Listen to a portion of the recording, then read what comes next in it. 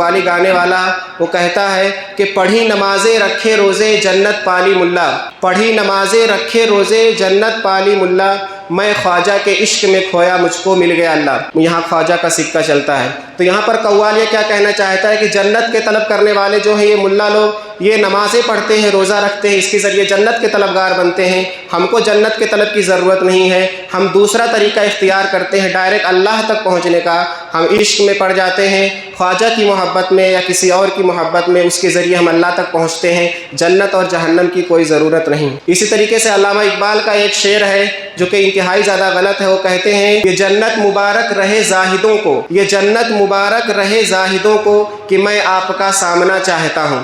اس میں بھی شاعر یہی کہنا چاہتا ہے کہ مجھے جنت کی طلب نہیں ہے، جنت کی طلب میں عبادت نہیں کرتا ہوں، بلکہ میری عبادت جو ہے وہ خالص ہے، وہ صرف میں اللہ کو پانا چاہتا ہوں، اللہ تک پہنچنا چاہتا ہوں۔ گویا کہ شاعر جنت کی اہمیت کو اس میں گھٹانا چاہتا ہے۔ اسی طریقے سے مرزا غالب کا شعر ہے جس میں اس نے جنت کا انکار ہی کر دیا ہے۔ وہ کہتا ہے کہ ہم کو معلوم ہے جنت کی حقیقت، لیکن ہم کو معلوم ہے جنت کی حقیقت، لیکن دل کے خوش رکھنے کو غالب یہ خیال اچھا ہے۔ یعنی جنت کے بارے میں بیان کرنا، جنت کی نعمتوں کا ذکر کرنا، اس کے ذریعے دل کو بہلانا، یہ خیال اچھا ہے کہ آدمی اس کے ذریعے دل کو بہلاتا ہے، لیکن اس کی حقیقت کچھ نہیں ہے۔ جنت وغیرہ یہ سب کچھ نہیں ہے، بس ایک خیال ہے، اس کے ذریعے آدمی اپنے دل کو بہلاتا ہے، اپنے دل کو خوش کرتا ہے۔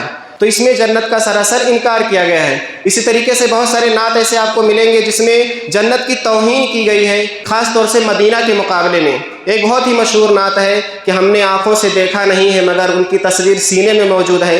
اس کے اندر نعت خواہ کیا پڑھتا ہے کہ ہم نے مانا کہ جنت بہت ہے حسین، ہم نے مانا کہ جنت بہت ہے حسین، چھوڑ کر ہم مدینہ نہ جائیں کہیں۔ یعنی اس میں شاعر کیا کہہ رہا ہے کہ ہم مدینہ چھوڑ کر کہیں نہیں جائیں گے، گرچہ جنت بہت خوبصورت ہوگی لیکن ہمارے لیے مدینہ زیادہ خاص ہے، ہم مدینہ چھوڑ کر کے کہیں نہیں جائیں گے۔ ہم نے مانا کہ جنت بہت ہے حسین، چھوڑ کر ہم مدینہ نہ جائیں کہیں۔ یوں تو جنت میں سب ہے مدینہ نہیں، یعنی جنت میں سب کچھ مل سکتا ہے لیکن مدینہ نہیں مل سکتا ہے، اور جنت مدینے میں موجود ہے۔ اگر مدینہ میں کوئی چلے گیا تو اس کو جنت مل جائے گی۔ تو گویا کہ یہاں پر مدینہ کی اہمیت خاص طور سے لوگ یہاں پر بیان کر رہے ہیں، حالانکہ ایسے لوگوں کو سمجھنا چاہیے کہ مدینہ میں منافقین بھی رہتے تھے، مدینہ میں یہودی بھی رہتے تھے، لیکن مدینہ میں رہ کر کے کوئی جنت نہیں پا سکتا ہے۔ مدینہ میں صحابہ کرام بھی رہتے تھے لیکن جنت کے لیے وہ اپنی جانیں قربان کرتے تھے۔ وہ یہ نہیں سوچتے تھے کہ مدینہ میں موجود ہے تو ہم کو جنت مل گئی، وہ جنت کے لیے بھاگتے تھے، جنت کے لیے دوڑتے تھے۔ اللہ کے رسول صلی اللہ علیہ وسلم مدینہ میں رہتے ہوئے جنت کے لیے لوگوں کو ابھارتے تھے، خود رات بھر عبادت کرتے تھے جنت کے لیے۔